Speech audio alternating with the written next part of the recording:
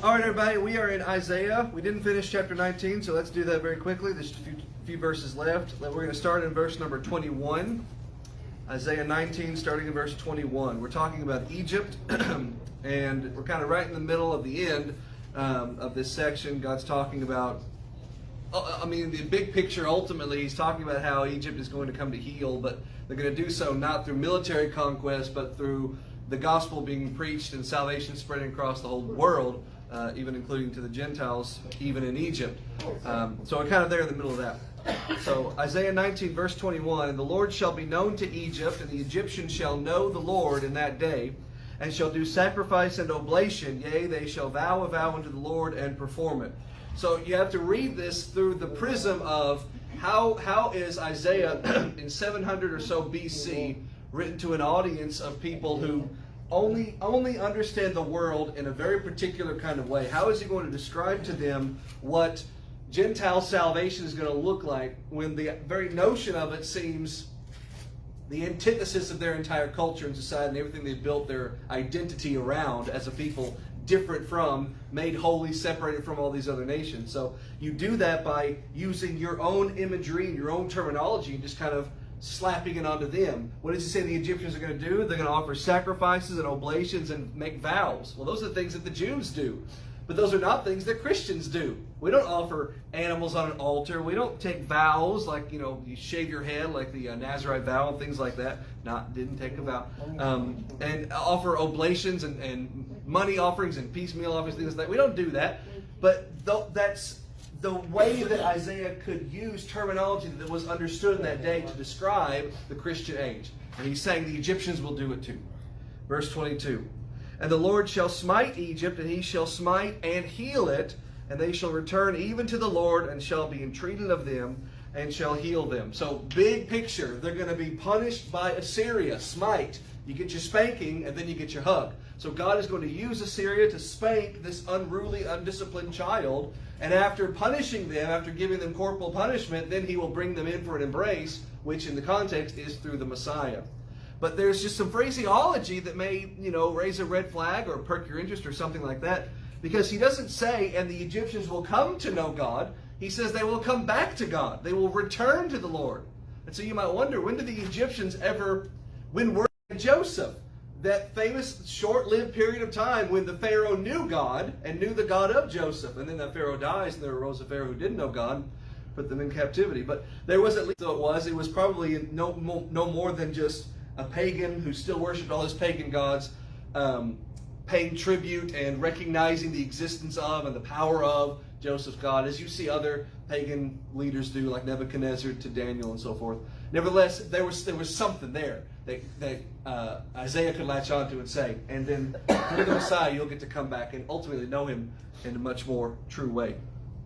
Verse 23. "And in that day there shall be a highway out of Egypt to Assyria. And the Assyrian shall come into Egypt, and the Egyptian into Assyria. And the Egyptian shall serve," does everybody's Bible say, "serve with the Assyrians"?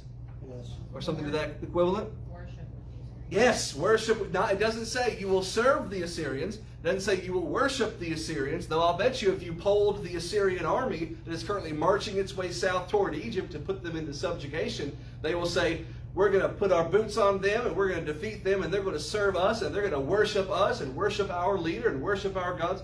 But that's not what Isaiah says. Isaiah says God is going to carve a path between Egypt down here and Assyria, which is here, and they're going to come in this way. This is currently this basically is the Mediterranean Sea right here. And then here's the Nile. Well, I'm not going to draw the map, I don't have time.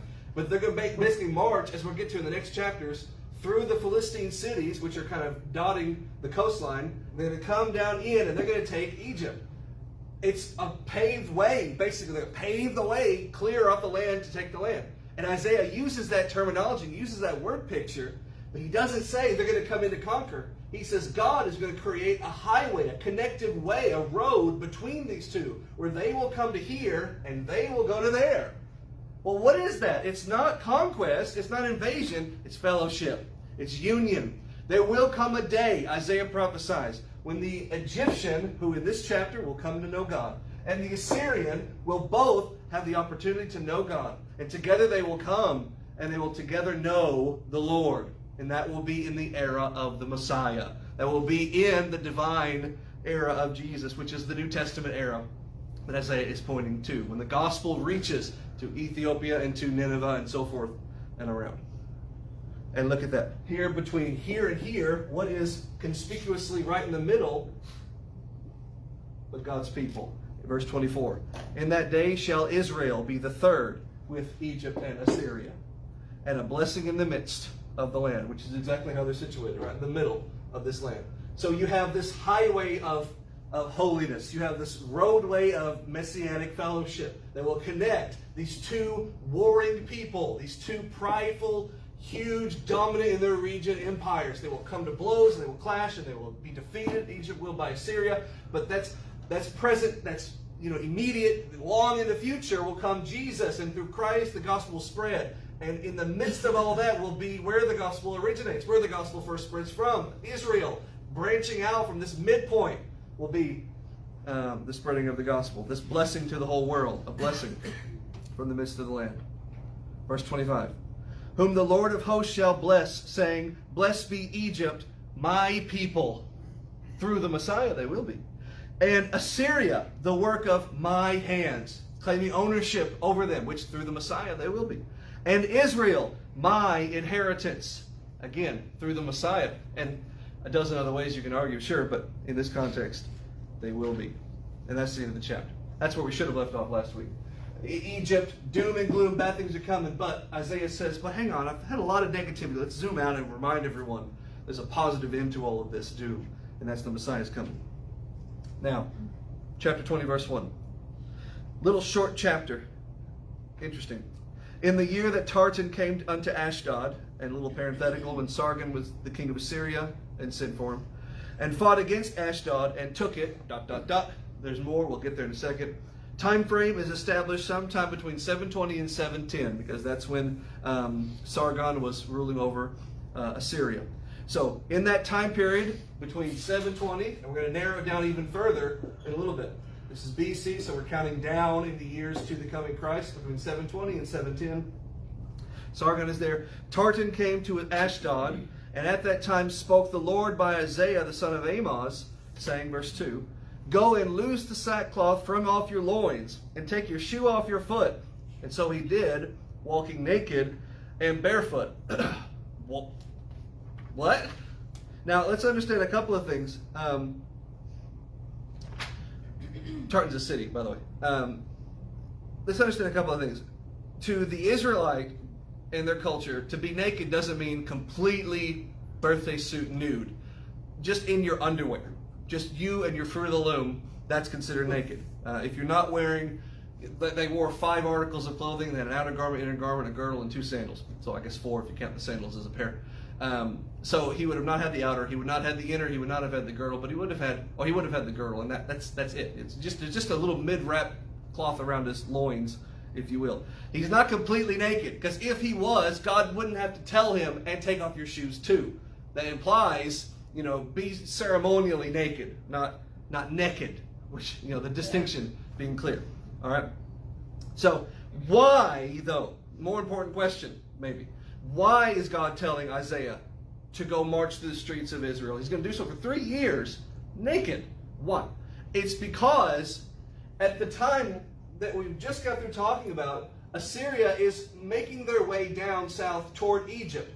Well, at this time, Egypt and Ethiopia are looking to ally themselves together with Israel and Syria, and hoping that a combined union can repel the Assyrian Empire. Well, Judah,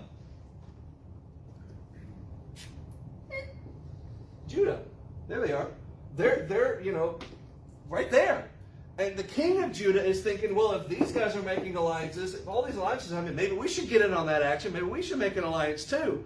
And thus, that's chapter 7. Way back when, God had to send Isaiah, the prophet, to the king to say, don't make alliances, trust God. Make alliance with God for a change. Because think about how insulting it is to make an alliance with, if they're going to make an alliance, Egypt and Ethiopia, they're going to make alliances with some of the Philistine cities. Like the perpetual thorn in their side, Dr. Doom to the Fantastic Four, mortal enemies of Judah and Israel. This is David's constant enemy, the Philistines. Goliath, the Philistines. to make an alliance with your former taskmasters and this perpetual enemy, the Philistines, instead of God is like a double slap in the face, right? So he has to send the prophet, make an alliance with me. Now what he's going to do is to send the prophet Isaiah in his skivvies up and down the streets, which you would think will catch the eye. To what end? To show them, if you seek out this alliance with Egypt, look at me, he's going to say, and this is what's going to become of Egypt. They're going to be defeated, they're going to be enslaved, and they're going to be marched out of their land back into some foreign pagan land, wearing nothing but the clothes they wore on the day they were born. They're going to be completely stripped and defeated. That in which you're putting your trust will be stripped away. The emperor has no clothes, that kind of metaphor. You think it's this big, powerful force that you want to get in on and defeat Assyria. Assyria is going to smack them all down. And if you ally yourself with Egypt, this is what you're going to look like. That's the idea. All right? So take off your clothes and start marching. Verse 3. And the Lord said, like my servant Isaiah has walked naked and barefoot. See, you don't have to say barefoot. He was legit naked. He's wearing, undies. Has walked naked and barefoot 3 years for a sign and wonder upon Egypt and Ethiopia. He is to be a visual metaphor of what is to become of Egypt and Ethiopia. So, as he's done that, verse 4, so shall the king of Assyria lead away the Egyptian prisoners and the Ethiopians captives, young and old, naked and barefoot, even with their buttocks uncovered, to the shame of Egypt. So, as much as Isaiah is, Egypt completely stripped naked. And if you must insist, and one thing Isaiah is just completely in the wind, naked, fine, so be it. That's not the point. The point is, he's going to be stripped down to a shameful appearance to show everyone as a living, walking metaphor, a visual, this is what's going to become of these people that you're putting your trust in. When it's God, you should put your trust in. Verse 5. And they shall be ashamed and afraid of Ethiopia. And that's, the King James says, ashamed and afraid should be like for, on behalf of Ethiopia. Their expectation, and of Egypt, their glory. You're putting all your expectations, all your hopes, all your eggs in this basket. But look what's become of them, he says. They can't help you. Last verse. And the inhabitant of this isle shall say in that day, behold, such is our expectation, whether we flee for help to be delivered from the king of Ethiopia, and how shall we escape? Well, the King James says whether, which is like how shall we, or why, how could we, to what end, to no end. It's a rhetorical question. We have no hope to escape. If this is what's become of our ally, we have no escape. So it's just a quick little interlude in between the burden of Egypt and, as you turn the page to chapter 21, the burden of the desert of the sea, which is Babylon. In between these burdens, you get this little, what's happening in the current event. Well, as Isaiah is prophesying, he's writing the prophecies of God about all these different regions. God says, hold up a second. I'm going to need you to take off all your clothes and start marching. It's going to be a few years, so get your calluses on your feet comfy, because you're going to be walking barefoot and naked up and down the streets. Because right now, as I inspire you, God says, you have problems in the homeland. They're thinking about abandoning me. I need you to go walk and show them. So he does all that, and now it's back to work. Verse 1 of chapter 21. The burden of the desert of the sea.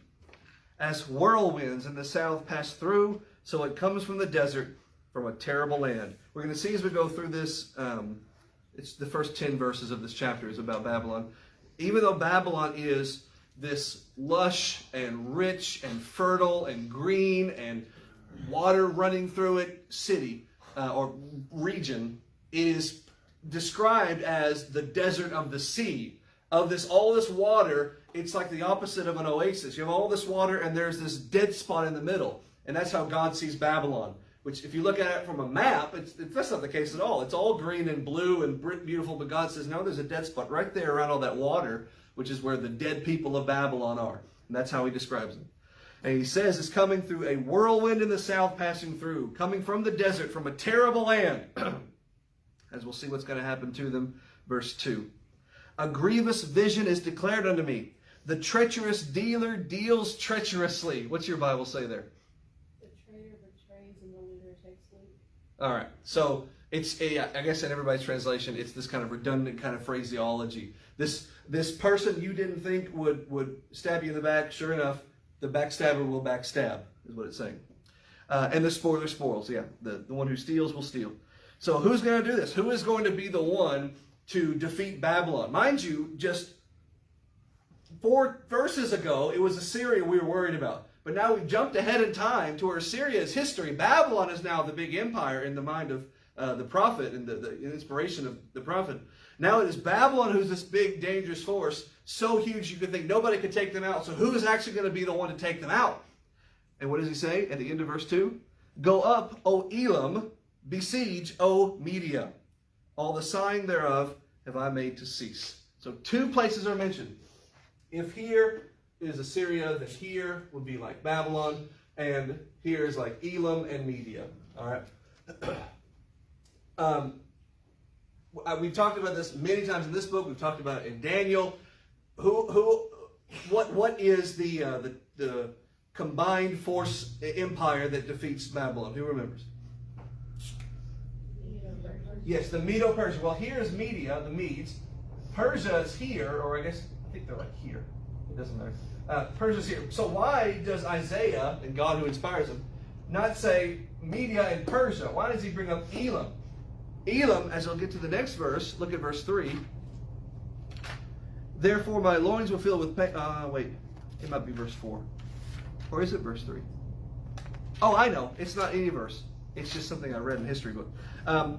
So, I'll get there. The reason is because Persia at this time in the 700s was very little known. Even Media, these two they were tribes. They weren't even a nation. They weren't even a major force to be reckoned with. Not even a regional power. They were just tiny little tribes. But at least through trade and through things like that, they were at least aware of the existence of Media. Maybe you could find somebody who knew of the Persians, but they were nothing. But at least Elam was more well-known, more aware to the reader of Isaiah's day. But the reason you would name drop Elam is because when Cyrus, who is the big great ruler who's going to unite the Medes and the Persians and a bunch of other little collectives together to a kingdom that becomes an empire that defeats Babylon and so forth. When Cyrus takes over, he goes by several grand, titles. He goes by the title of the king of Persia, the king of Medes, and the king of Anshan. What is Anshan? It's the capital city of Elam. So that's just the connection to Cyrus, this great ruler, who Isaiah is going to name drop in chapter 44, but that's like 8 months away. So here is this reference. Before Babylon is even Babylon. Certainly before Media and Elam and Persia and even Cyrus, who's not even born yet, though he's going to be name dropped later, before they're even a twinkle at anybody's mother's eye. When it's Assyria that we should be worried about, Isaiah says, forget all that, it's Babylon, but forget all that because it's really the Medes, the Persians, and Elam, I guess. That's where we are in the prophecy, because that's just how far God thinks ahead. That's how big picture God can be, and you just have to just write it out with God. You just have to say, I have no idea where you're going with this, because I've never heard of those people, but I just trust God that He knows what He's doing. You can see why the readers of Isaiah sawed him in half this way, thought he was crazy, thought he was an infidel, thought he was just this lunatic person not to be taken seriously, because some of the things he says are insane. And it's not until later they look back and they said, oh, I guess he was right. Probably shouldn't have sawed him in half. But that's the way it goes. So, Babylon will be defeated because the Medes and the Elamites and the Persians and all of them together will rise up to defeat them. All right? Verse 3. Therefore are my loins filled with pain, Isaiah writes. Pangs have taken hold of me like the pangs of a woman that travails. I bowed down at the hearing of it, and I was dismayed at the seeing of it. So think about this, from Isaiah's perspective. We are reading about this humongous empire, this massive, regional spanning force to be reckoned with, that is going to be wiped out, killed, and destroyed. Well, Babylon is not a thing. Babylon is a bunch of people. Babylon is a bunch of souls. Babylon is a bunch of evil, damned souls. And so when they're defeated, that's a lot of souls that are going to die. And the attitude of the prophet of God for these wicked, heretical, pagan souls is to say, I just doubled over in pain. To think about how many people just are dead. To think about all those lost souls. It's a theme that's just kind of sprinkled throughout the writing of Isaiah, all the way up to the very end of it. I'll say the same thing almost again at the end of it. I was doubled over. It hit me suddenly like labor pains is what the verse is talking about. The pains of a woman that travails in labor. Just the sudden stabbing of pain. That's how I felt when I heard the news. To describe it again, verse 4. My heart panted. Fearfulness affrighted me. The night of my pleasure has turned into fear unto me. I would try to sleep peacefully and I would have nightmares about the fall of Babylon. You would think a Jew reading this, especially in the time of the Babylonian captivity, after Isaiah's written it, they would have nightmare, or they would have pleasant dreams about the fall of Babylon. But Isaiah's thought process is, I had nightmares to think about how many souls were going to be killed and lost when they're defeated by what will be Medo-Persia. Some of the descriptive words, my heart literally staggered, wavered, lost his strength, fluttered to the point where he thought he was about to have a heart attack. He felt the surge of fear rush through him. And of course, as I said, he couldn't sleep in the night. Verse 5. Prepare the table, watch in the watchtower.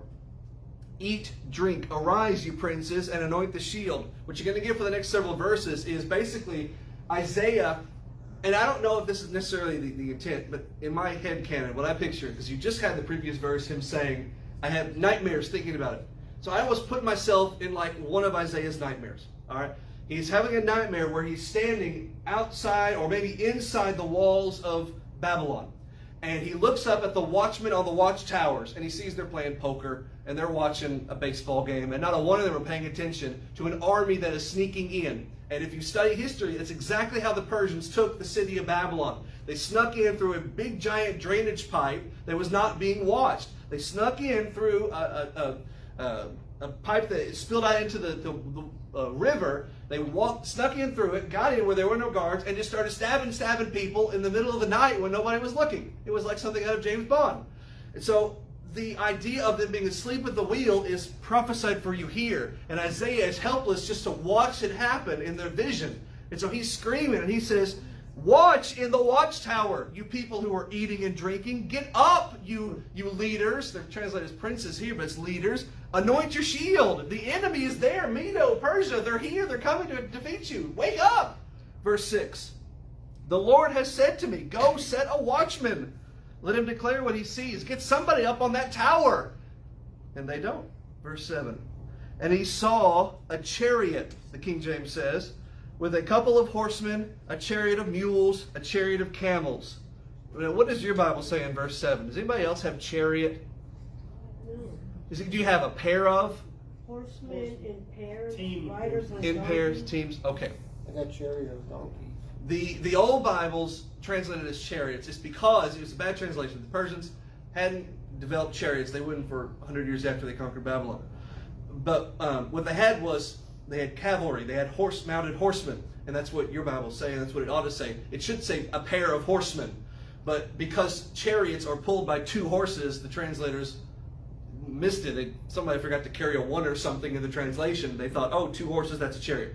So you get weird things like a chariot of camels, which I would just love to see, a chariot pulled by camels. But it doesn't mean that. It means pairs of camels in the back carrying supplies. Yeah, horsemen in pairs. Yeah, horsemen in pairs, riding like this, marching into war. And then behind them, mules, and then camels carrying the supplies and things. So this huge army for an invasion. They're set up. They're ready in for the long haul. They're ready to take on Babylon. That's what he sees. Verse 8. And he cried. Now, I'm going to ask again what your Bible says, because mine says he cries a lion. Does yours say he cries like a lion? As a He cried as a lion? Does anybody just not have lion at all? And the lookout shouted. That's it? No lion? Now, there's discrepancy. And it's what translation do you have that says just look at it? NIV. There's discrepancy going back to the original text of, is he saying the word lion? If he is, it's a metaphor. It's just a way of saying, you know, this ferocious enemy is upon us like a lion taking over sheep. Or is it just this roar, this shout of great excitement that would be akin to a lion's holler? Or because of discrepancy, some translations just left out entirely. I wouldn't have done that. It's either as or the word. Either way. It's going to lead you to the same conclusion, though. After he says that, he shouts something to the effect of, I stand continually upon the watchtower in the daytime and I'm set in my ward whole nights. I'm going to set myself right here, and I'm going to keep a watch all day and all night. Which takes us to the next verse, if I can turn the page. Verse 9. And behold, here comes a chariot of men. Here comes armies of men marching together. And a pair of horsemen. And he answered and said, Babylon is fallen, is fallen. And all the graven images of her God he has broken into the ground. Now this should be triumphant. This should be jubilant. This should be a happy occasion. This evil empire is defeated. This terrible force to the world, that this oppressive, cruel, wicked, especially compared to who will come after. Cyrus is a saint, to use the world's definition, compared to Nebuchadnezzar. Because Nebuchadnezzar was all about, I'm God on earth, and Cyrus was much more humble than that. I mean, relatively speaking, much more humble than that. Cyrus would let you keep your religions alone. That's why this phrase about graven images and such is metaphorical. It's going to lead to the downfall of Babylon, and the showing of God is in control. But in terms of the actual conquest of Persia over Babylon, they left the religions intact, they left culture intact, they left language intact. All they wanted you to do was pay your taxes and give tribute to in this case, Cyrus or Xerxes or whoever it would be. So you would think from a worldly standpoint, it was a good thing. And from a worldly standpoint, from the history book standpoint, it was a good thing when Babylon fell and Cyrus took over. He was the first real progressive kind of ruler the world had seen, especially in that part of the world. But we just had a few verses ago, Isaiah kind of set the tone to remind us that we're not supposed to look at this like a history book. We're not supposed to analyze this very coldly like historical figures and historians looking at it, but rather to see this as children of God, observing souls made by God who fell away from God, die by the punishing hand of God. And it's a sad thing. It's just and it's right, but that doesn't mean it can't also be sad. Because it does not please God to punish sinners. Ezekiel 18:36. It saddens God. And so you see that bear fruit in his prophet and hopefully his people too. And so therefore the refrain, Babylon is fallen, is fallen. Is that how your Bible puts it? You have that repetition there? Huh?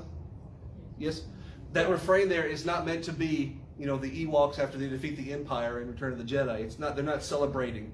It's supposed to be this grand, the magnitude of it, sighing statement. Oh, Babylon. The bigger they are, the harder they fall. So they've fallen. And so you say it twice. Babylon is fallen, is fallen. It's just repetitive for emphasis' sake. And everything that she held dear as her culture is fallen with her. Verse 10. O my threshing, the corn or the chaff of my floor, that which I have heard of the Lord of hosts, the God of Israel, have I declared unto you. How does God, through prophet Isaiah, see this? The human Isaiah sees it as the death of countless souls. The world is going to see this as the defeat of an evil empire. Well, how does God overall see it? He says this is just the separating of wheat from chaff. This is the winnowing fan of God's judgment. This was always meant to happen. This is always going to happen.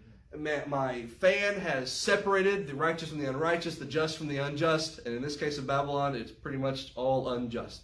And so the grain is separated over here and the chaff goes to the floor. That's how God sees it, as just the judgment of the Lord carried out. And that's the end of that. Verse 11. Little 2-verse burden. The burden of, my Bible says Duma. Does anybody's Bible say Edom? No? Heading says Edom, but verse says Duma. Everyone says Duma. Everybody say Duma? Nobody's, says silence, because the word means silence. No? Okay. We're talking about Edom, and we'll get that especially in the next verse. But it's the burden of silence. It's the burden of God shutting up somebody.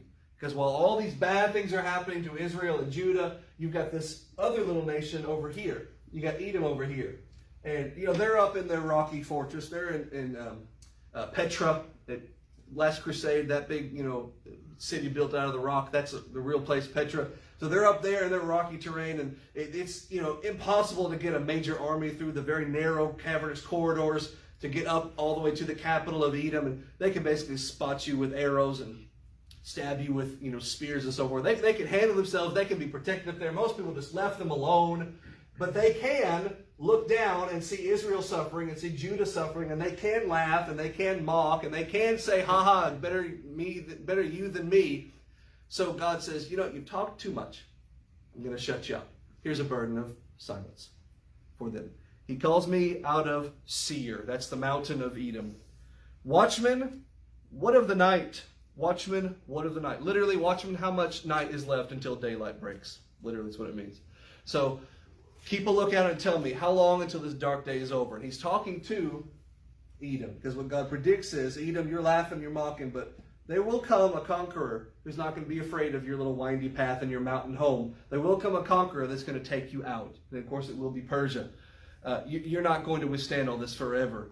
So laugh, laugh, laugh until God shuts you up. And so when that happens, a long, dark night will come. And at some point in the middle of all that gloom and despair, you'll call out to your highest scout on the highest mountain, look out to the east. When is the sun finally going to rise? Verse 12, the answer comes. I see the morning about to dawn. I see the morning comes, and also the night. And if you will inquire you. Return, come. That's Isaiah's add-on to that. So you have the watchman up at the top in the first part of the verse, answering the question, how long until the night is over? And he says, I see the night's almost over, but I see the night lasting longer still. Now that seems contradictory. Well, one is literal. I see the sun actually about to rise, but just because the sun comes up tomorrow, bet your bottom dollar punishment is still coming. Hard days are still coming. It's going to be a proverbial night still coming. And so with that said, Isaiah takes the opportunity to invite them and to say, hey, Edom, you are the descendants of Esau, brother of Jacob, son of Isaac, son of Abraham. You're our cousins. You have a connection to Jehovah, even closer than Egypt, who only had like a cup of coffee with Joseph. That's all they got. But they got the invitation. So you get the invitation. You can come back to the Lord. You can come back. Even though you mocked us and you spat on us and you laughed at us, punishment is coming. It's going to be long, dark, and hard. But if you want to come home, you can. And of course, that's through the Messiah. And that's the end of that. Just a little interlude, quick little moment in between Babylon and all of Arabia. God says, don't worry, I haven't forgotten about Edom. I hear them. I'm going to shut them up. Now verse 13. We're almost done with the chapter. The burden upon Arabia. In the forests in Arabia shall you lodge, O you traveling companies of Dedanim. So the way, because Arabia is just a region. So it's not like a kingdom. It's not like a bunch of cities or a person. It's just a region. It's just, let's see, here's Babylon. So Arabia. It's just this region. You got traditional Sinai here and the Red Sea and so forth. It's just this region.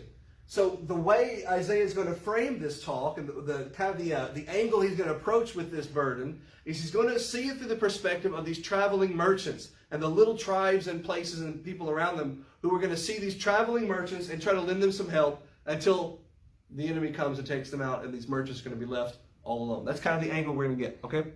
The traveling companies of Dedanim, verse 13. Verse 14. The inhabitants of the land of Tema brought water to him that was thirsty. They prevented with their bread him that fled. So those of Tema are going to bring food and drink to these secluded travelers, these people who are just kind of on their own, trying to make their way from place A to place B. Why? Why are these people traveling? What's going on? What's the bigger picture? Verse 15. They are fleeing from the swords. From the drawn sword, that's someone ready to strike. From the bent bow, that's someone ready to fire.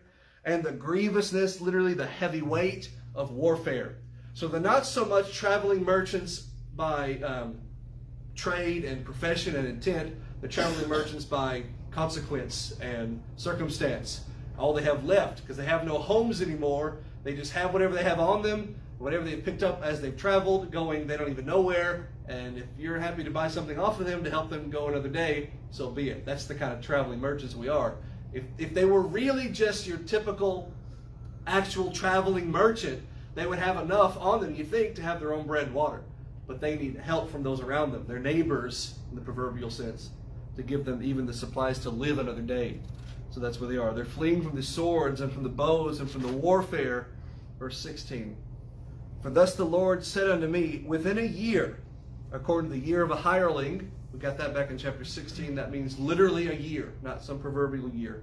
In exactly a year, the glory of Kedar shall fall, which is in the northern region of Arabia.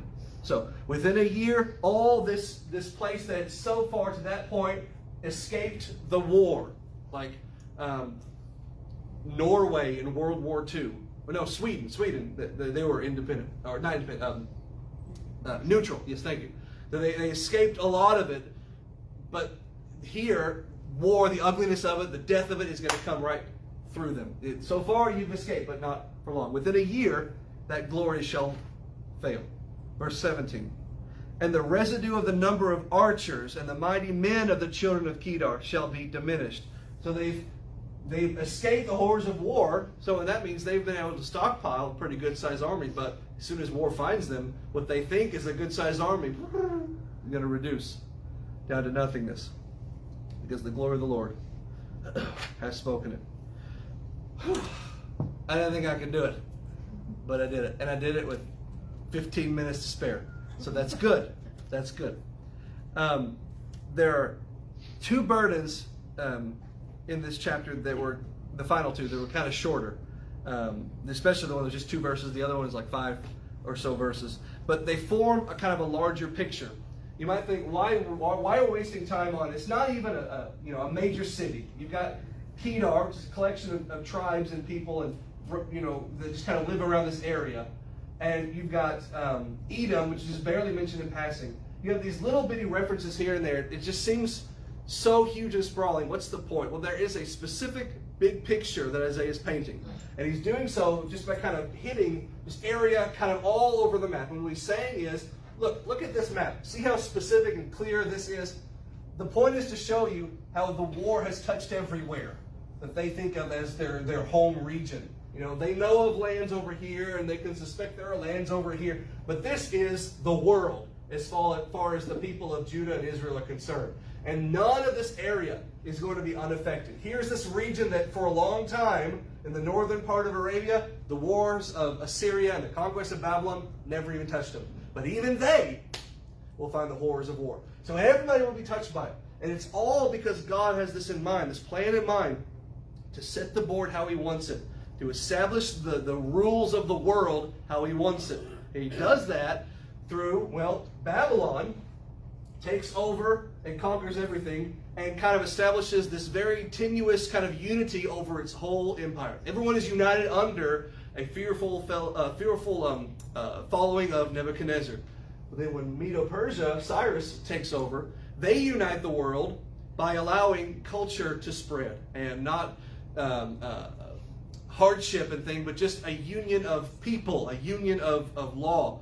And then eventually you will have Alexander the Great will come in, and you'll have a union, universalness of language. The Greek language will become, if not the first, the de facto second language across this whole region. I mean, you don't have to study or know either of those two languages, Hebrew and Greek, to know they are remarkably different. One is like Vulcan, the other one's like Klingon. One's very beautiful and poetic and elegant and almost lyrical, and the other one is just like, that's Hebrew. They're completely different, and the way you develop to speak that language, it is hard to speak Greek from a Hebrew tongue, and yet that's the second language. Everybody knew it by the time the Greeks took over the region. And then eventually the Greeks will fall, and the Romans will take over, and the Romans will unify this whole area by giving them a unified Roman law that everyone will submit to. Because unlike Cyrus, who was pretty loosey-goosey with what laws you followed, you have your own regional laws and things, your own regional culture.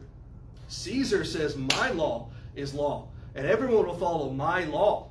So the Persians will bring this kind of uniform culture in terms of everybody's part of the same family. And the Greeks will bring this uniform language, and the Romans this uniform law, not to mention roads that are paved to go all over the place. And that creates this perfect environment, exactly right, so that when the gospel is ready to spread, everyone knows what's expected and not expected. They know the law whenever they go to a new town. Everyone knows where these towns are because there are now roads, and everyone speaks the same language. And the gospel is able to reach places and people in ways that it could never have done just one generation earlier than that. It's almost as if it's not a coincidence. It's almost as if you zoom all the way out and you look at the wheelings and dealings and the providential maneuverings of the Lord, that He arranged the pieces of the board exactly how they needed to be, so that in the fullness of time, when God sent forth His Son, born of a woman, born under the law, it was the exact right time for that Messiah to come, for His gospel to be first heard and to spread across the world. It's just chef kiss the way God plans it all out. So you get down into the weeds of it here in Isaiah, and I said this like 9 weeks ago when we first started these burdens section. I said this is going to be the hardest part of the book. If you don't like history, it's the most laborious part of the book. Maybe it's the most boringest part of the book for you. That's how you are. It's going to be hard. And I knew this. I have taught Isaiah before. We got 5 minutes to go. Whew. I'm filibustering. You got 5 minutes. When I taught Isaiah at the church at Guy, I said, it's a year. Give me a year to teach the book. I'm not going to stop. I'm taking a break this summer. I didn't take a break then. And I said, we're going to get about a third of the way through it, and this class is going to drop in attendance. And I said, hang with it. You're going to want me to quit, but I'm not. And it's slowly going to pick back up, because you got to get through this tough part. Keep your eye on the bigger picture. What's the point of all this stuff? It's God is planning the world to prepare for His Messiah. And you're going to see that in the micro. Right now it's the macro. All these different things moving in the big picture. But we're going to zoom in a couple of chapters after we finish chapter 24. We're going to zoom in big time on Judah, as Assyria is here. And they do indeed conquer Egypt, because they made an alliance with Ethiopia. They thought they had an alliance with Ashdod, the Philistines, and the Philistines, as they are wont to do, said, we're not going to help you. So they didn't help them. So the Assyrians conquered Egypt. So basically they had taken all of this, and all of this, and then they'd taken all of this, and all that was left, all they needed was this little rinky-dinky, tiny little regional half-kingdom, from Sennacherib's perspective, protected by a single God. And so Sennacherib thinks this is not going to be a problem. This is a picnic. I've already taken, look at all the gods of all the lands that I've taken, and these people have just one God. Not a problem. So he sends his army down all the way, and that's where they'll stop. And that's where they'll die, because that one God wakes up. All right, that's all I got. Next week, we got 2 chapters left, 2 more burden chapters, and then we're done. And then we'll take a break for the summer. But tell your friends, because when we come back after the summer, it's a whole new ballgame. It gets really exciting. There's the bell.